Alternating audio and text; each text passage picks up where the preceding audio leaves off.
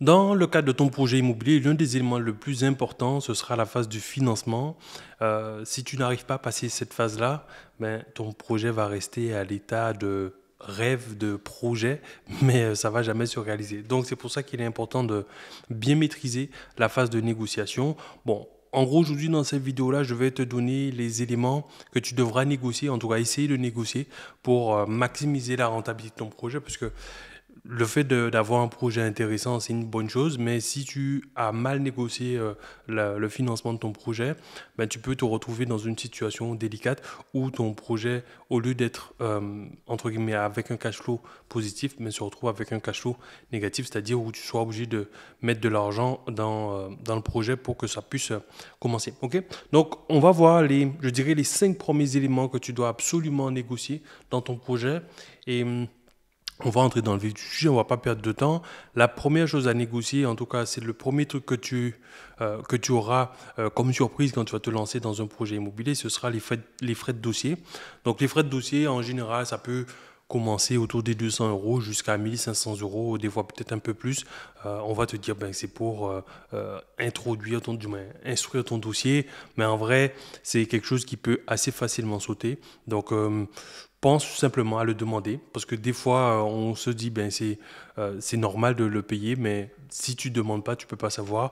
Donc au moment d'obtenir ton financement, ben dis est-ce qu'on pourrait pas faire quelque chose par rapport aux frais de dossier là que je trouve quand même assez important. En plus on est amené à travailler ensemble, bon ce serait peut-être un moyen pour nous de bien commencer.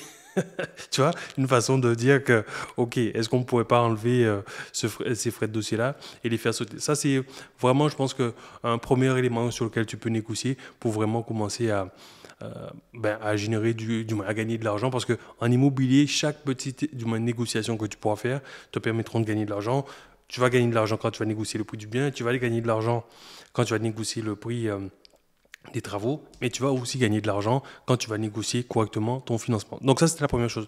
Deuxième chose qu'il faudra absolument négocier également, c'est les remboursements, du moins les frais pour le remboursement anticipé.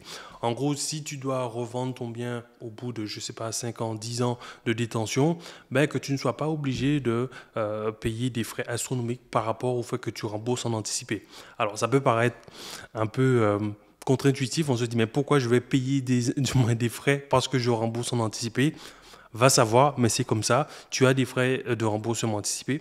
Donc, ça peut être aussi intéressant de l'indiquer aussi, parce que si tu prévois de revendre ton bien à court moyen terme, ben, que tu n'aies pas à payer ces frais-là. Donc, tu peux, là encore, demander à les faire sauter. Après, il y aura toujours, comme dans toute négociation, cette notion de contrepartie, qu'est-ce que tu apportes sur la table, mais il faut que tu penses à le demander, parce que si tu ne penses pas à le demander, ben, tu ne pourras pas l'avoir. Donc c'est pour ça que je te fais cette vidéo-là, pour que tu puisses avoir les infos. Alors ça, c'est la deuxième chose. Troisième chose que tu dois absolument négocier également, c'est ton assurance emprunteur. En fait, l'assurance emprunteur, c'est l'un des éléments qui a le plus d'impact, je ne vais pas dire le plus d'impact, mais qui a un gros impact sur tes mensualités. Et on ne le sait pas. Souvent, on pense qu'il est obligatoire de, par exemple, travailler toujours avec ta banque, la banque qui t'a financé le projet du moins, tu es obligé de travailler avec elle parce que c'est elle qui t'a financé, alors que pas du tout. Tu peux très bien obtenir ton prêt dans une banque et obtenir l'assurance emprunteur dans une autre banque. Et en fonction de la banque pas dans une autre banque, mais avec un autre organisme. En fonction de l'organisme que tu vas choisir, ben, tu vas pouvoir parfois gagner plusieurs dizaines de milliers d'euros sur ton projet immobilier. Donc, ce n'est pas négligeable à prendre en considération. Essayez de voir comment tu peux négocier ça pour pouvoir justement réduire tes mensualités, en tout cas le coût total de ton projet. Donc, pense à ça. Des fois, ça peut être intéressant même de consulter si tu veux passer par un courtier, mais de voir s'il a des partenaire avec qui il a l'habitude de travailler, ou alors ça peut être aussi une idée de toi-même consulter d'autres organismes du moins qui vont pouvoir gérer la partie assurance de ton prêt. Ok. Ça, c'était le troisième élément. Quatrième élément, ce qui sera important aussi de négocier, c'est la modularité des mensualités. Alors, à quoi ça va te servir? Par exemple, tu vois, là, il y a quelques années, on a eu la grosse crise du coco qui nous a tous enfermés chez nous. Ben, pendant cette crise-là, les gens qui le souhaitaient pouvaient demander à la banque de soit réduire un peu leur mensualité, soit les arrêter complètement, mais en fait, ça permettait d'avoir une sorte de flexibilité.